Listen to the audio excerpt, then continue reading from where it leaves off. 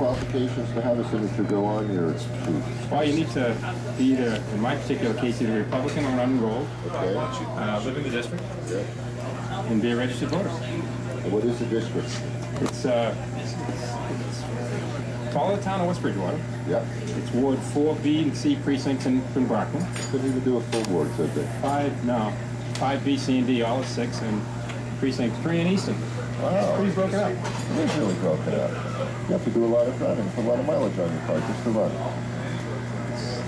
Part of the ability to get out and about and meet people as well.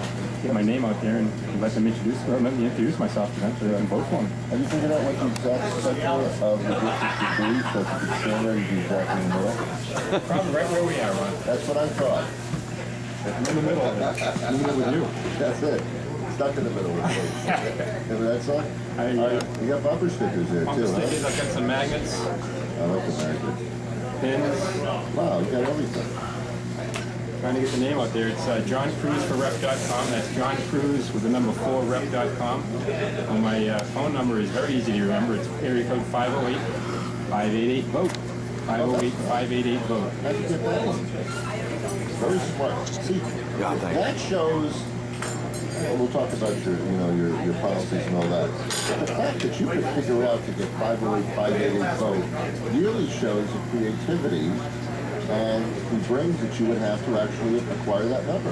I think it's more like this. It just shows what I'm willing to do to go out there, so it'll make it easier for the people to get in touch with me when I do get elected in November. I like it. It's very easy. 588-VOTE, 8683. I wish I could get a number like that. I don't know what to show you. But you got it. What are you going to do when you're finished with the campaign with that number? I'm going to keep it. It'll be my campaign number, my district office number. I'll have a district office in the area. And just I'll be available to the people in the district. Because once you're in a seat, then you got to defend it later on. And I will. And I'll do a good job, and I'll maintain and just represent the people of the 10th Plymouth District. His name is John Cruz. John, what are you running on? What do you want to change? What do you want done differently? Well, I think the key, the reason I'm running is jobs. We need to create jobs. And, I'm a small businessman in West Bridgewater. I'm a taxpayer. I'm a concerned citizen in West Bridgewater. I'm quite involved with boards in my town. I'm on the chairman of the Board of Health. I'm a registrar of voters. I've been a call fireman in West Bridgewater for over 30 years.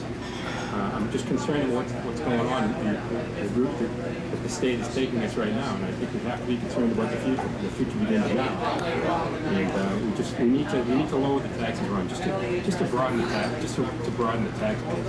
I'm in support of question 1, which, as you know, would reduce the sales tax by 3%. I think by doing it that way, it'll expand it'll give the opportunity to surrounding people from, say, Rhode Island or Connecticut to come into Massachusetts and buy our products, promote growth here, and expand the jobs. Yeah, It is. I mean, they plan on, they thought by increasing the tax rate, it would bring more revenue into the coffers of the state. But unfortunately, it didn't work. It's the other way around. People are starting to New Hampshire to buy products up there. Well, that's the 1 quarter makes a difference, but if you're buying something at price, that knocks you down. All right. So what's the theory here? If you give people you lower the tax, where do you get the money to survive statewide? Well, that's a good question. This is what I want to create when I get in there. I want to create a sunset committee, which in essence we will go back 5 years and we'll look at all the committees and programs that have been instituted since then and see if they're still needed. Let these people come to us. Let them justify their needs. Do we need to continue to fund that program?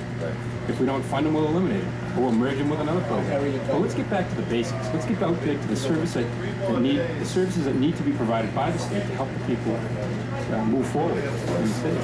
I say cut the school budget in half. I know it's radical, and I'm serious.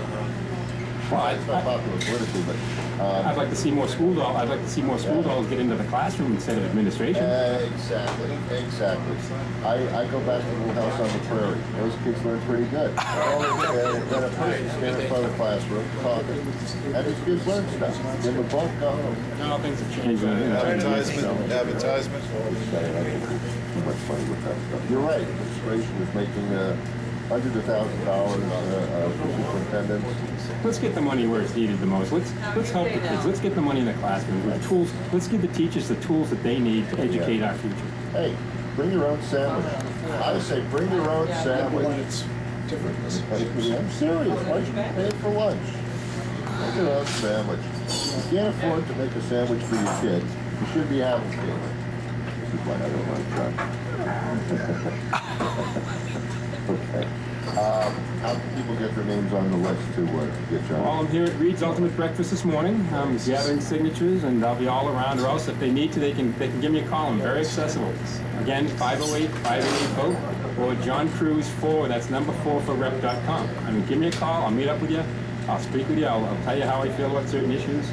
I know our time's limited this morning, Ron, and I do, again, appreciate you giving me the opportunity to talk in front of you. And, You know my issue. Mental.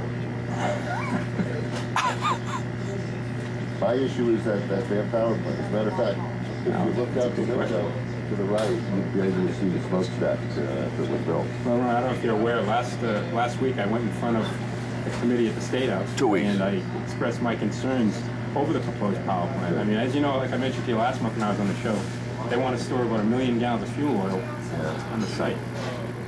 I got a call last week from one of the proponents of the power plant saying that they're changing gears and they're not going to keep the fuel oil on the site. That ain't working for them. Well, and I said to them, well, would you be willing to give us a deed restriction on the property so that you'll never be able to store the fuel on? They couldn't respond. Restrict the deed, allow for one source of fuel. Let's get the fuel oil off the table. Let's move forward from that point. The problem, yeah, it's twofold. The problem is, first, that once you're in there, then you can pretty much, then you can apply for to do whatever you want to do in the operation. And the second thing is that we had that explosion there in Middletown, Connecticut, which was the gas, it wasn't the diesel. I don't know. Good. And you're with the Board of Health? I'm the chairman of the Board of Health in West Bridgewater. Well, John, you convinced me. I'm very grateful as far as that. Well, thank you, Ron. If there's any questions, anything I can do to clarify any questions that you have in your mind, please feel free to give me a call. 508-588-VOTE. Easy. I'll remember that number on my deathbed. I'll say, Ron, do you want to be revived? Oh, John.